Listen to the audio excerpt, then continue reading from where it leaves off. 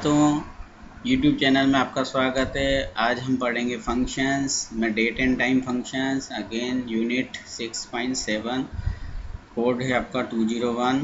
मैं संजय पाहुजा आपका स्वागत करता हूँ। डेट एंड फंक्शन में जो कॉमन फंक्शंस हैं, जैसे नाउ है, नाउ का मतलब ये आपको current date and time return करेगा। टुडे जो है वो आपकी आज की डेट रिटर्न करेगा। इसी तरीके से आवर्स है, आवर्स जो है आपको आवर्स रिटर्न करेगा जो आपने टाइम सप्लाई करा। मिनट सप्लाई देगा जो आपने टाइम सप्लाई करा। सेकंड सप्लाई करेगा जो आपने टाइम दिया। इसी तरीके से डे रिटर्न करेगा जो आप डेट स्पेसिफाइड करेंगे, उसमें से मंथ, उसी में से ईयर। ये अभी प्रैक्टिकल करके देखेंगे। डेट एंड टाइम को आप खुद भी स्पेसिफाइड कर सकते हो, ईयर मंथ डे के साथ, और टाइम को भी स्पेसिफाइड कर सकते हो आवर मिनट और सेकंड के साथ। ईयर फ्रैक्शन आपका ईयर फ्रैक्शन निकालेगा।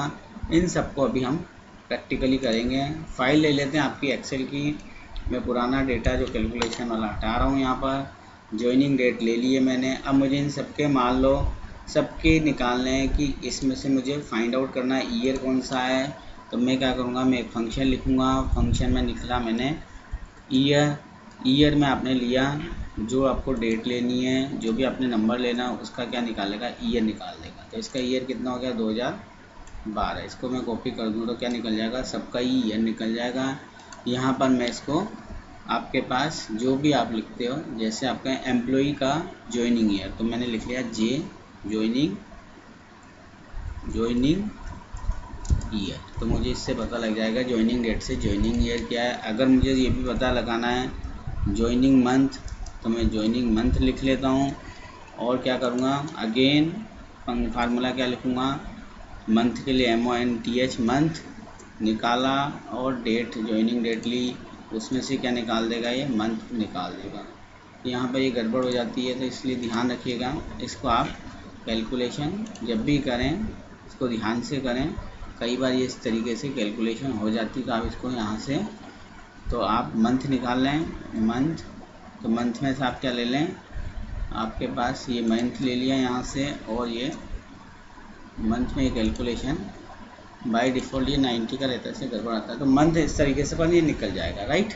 इसी तरीके से आप क्या करो, डे मंथ सब निकल जाएगा आपके पास। तो आप इसको ऊपर से ना दें, जब भी करें पहले हटा लें। अब आपके पास मंथ लें, वापस से मैं इस बार कोशिश करता हूँ क्योंकि ये इसमें एरर नहीं आ रही है, ये कोई सिस्टम की है, तो ये सिस्टम की वजह से ऐसा हो रहा है। एनीवे, इस तरीके से मंथ निकल जाएगा। अब मान लो आज की आपको डेट लेनी है, मैं यहाँ पर आज की डेट ले लेता हूँ। जैसे करंट डेट किसी को लेनी है, करंट डेट, तो आपके पास करंट डेट के लिए क्या फंक्शन है, टुडे है। टुडे आपके पास करंट डेट के लिए फंक्शन है, तो करंट डेट आ गई आपके पास। इसी तरीके से अगर आपको करंट टाइम लेना है, तो आपके पास एक टाइम का फंक्शन है जो आपको बता देगा टाइम क्या है, ठीक है। ये टाइम को फंक्शन को सेट कर लें। टाइम में आपको पास करना पड़ेगा मिनट्स। टाइम सेट कर सकते हैं आप टाइम में, जैसे मान लो मुझे अभी टाइम सेट करना है, तो मैं क्या कर सकता हूँ, आवर्स दे सकता हूँ। आवर्स दे दिए मैंने 17, फिर मिनट 27, और सेकंड दे दिया मैंने 20। तो ये मैं इसका टाइम तो 5:27 PM सेट हो गया है। ऐसे मैं टाइम सेट कर सकता हूँ। चाहूँ तो डेट भी मैं सेट कर सकता हूँ।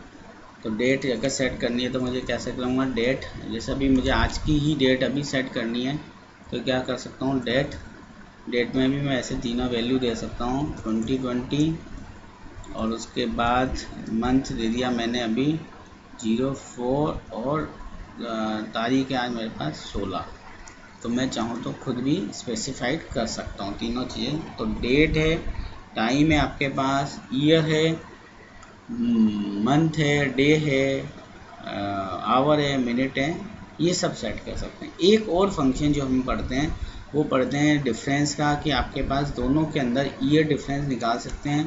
तो ईयर डिफरेंस के लिए मैं वापस year fraction, FRAC fraction, year fraction के लिए मान लो ये मैंने ले लिया 2012।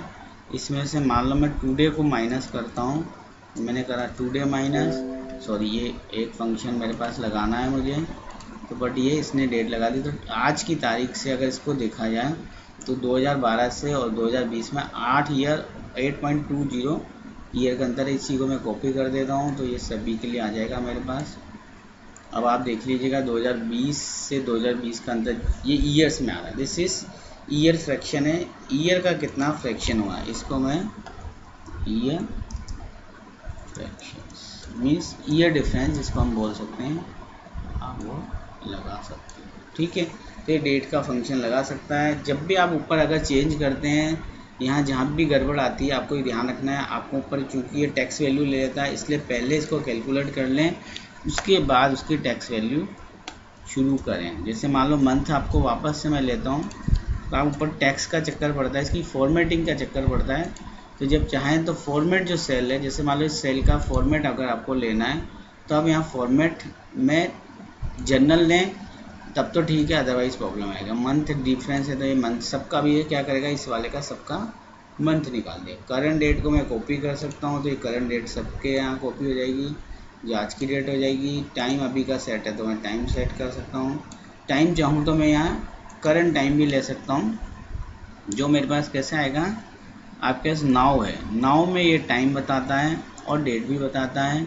अब मैं इसमें नाउ में मैं क्या करता हूँ, खाली मुझे अगर नाउ लिया और मैंने क्या ले लिया, एक बार मैं इसको चेक कर लेता हूँ, तो ये नाउ और मैंने क्या ले लिया, ये नाउ, एक मिनट, नाउ में क्या ले लूँगा, नाउ को सेट कर दूँगा। अगर नाउ लिया मैंने, नाउ में मैं आवर ले सकता हूँ, जैसे HOUR आवर, और क्या ले सकता हूँ नाउ, और नाउ में क्या दे देगा, ये मुझे आवर दे देगा। अगेन फॉर्मेट का यहाँ पर भी प्रॉब्लम आ रही है, तो आप इसको अभी रहने दीजिए। तो इस तरीके से आप इसको सेट कर सकते हैं। ठीक है, तो आपके पास चाहो तो नाउ जरूर डिक्लेयर कर सकते हैं, जिससे दोनों चीज़ें आपके पास आ जाएंगी, डेट एंड टाइम दोनों आ जाएगा। ये करंट चलता रहेगा, डेट भी आ गई और आपके पास टाइम भी आ गया। ठीक है, तो यहाँ पर ये इस तरीके से इसको सारे डेट फंक्शन को यूज़ कर सकते हो, डेट में अंतर अभी निकाल सकते हैं। 2017 का जो है उसके अंदर आपके पास डेट एंड टाइम को अच्छे से इस्तेमाल कर सकते हो। उसमें डेज भी हैं, मंथ्स भी हैं। तो 2017 और 2020 जो आपके पास MS ऑफिस आ रहा है, 13 में भी काफ़ी सारे चेंजेस आए हैं, उसमें काफ़ी सारे डेट के फंक्शन मॉडिफाइड होके आए हैं। Thank you.